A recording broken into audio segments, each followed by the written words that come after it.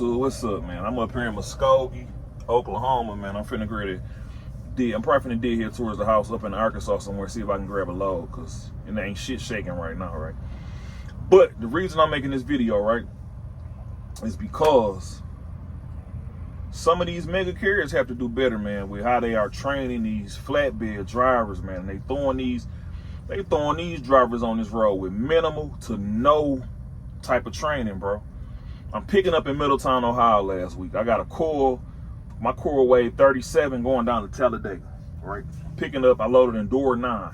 It's a prime driver. He either endures 6 or 7. If you've been to Precision Strip in Talladega, he either endures 6 or 7, right? He getting 3 coils. First mistake he made, right? He didn't line the coils up from smallest to largest, right? He got the 2 big ones in the front and the back, and he got the small one in the middle, right? So that's the first mistake I see he done made.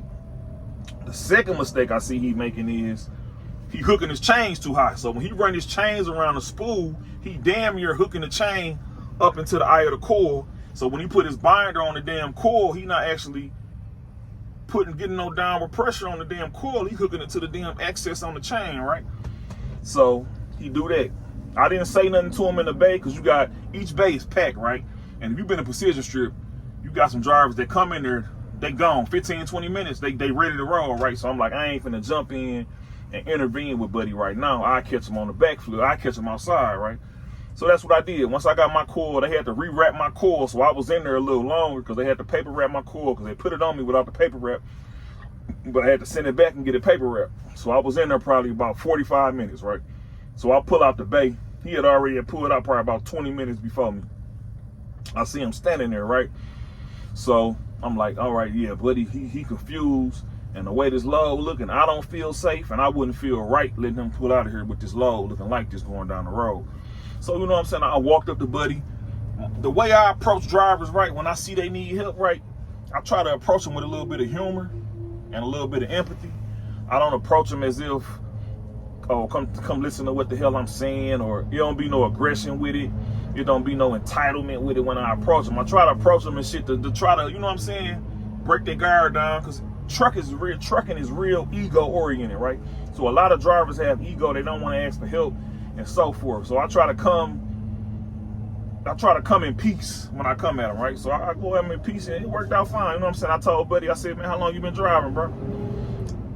I think he said like 4 or 5 years. I said, how long you been pulling flatbed? He said, man, just a few months. I'm like, hey, come here, let me holler at you real quick, bro. I'm finna show you something, right? I'm finna show you something.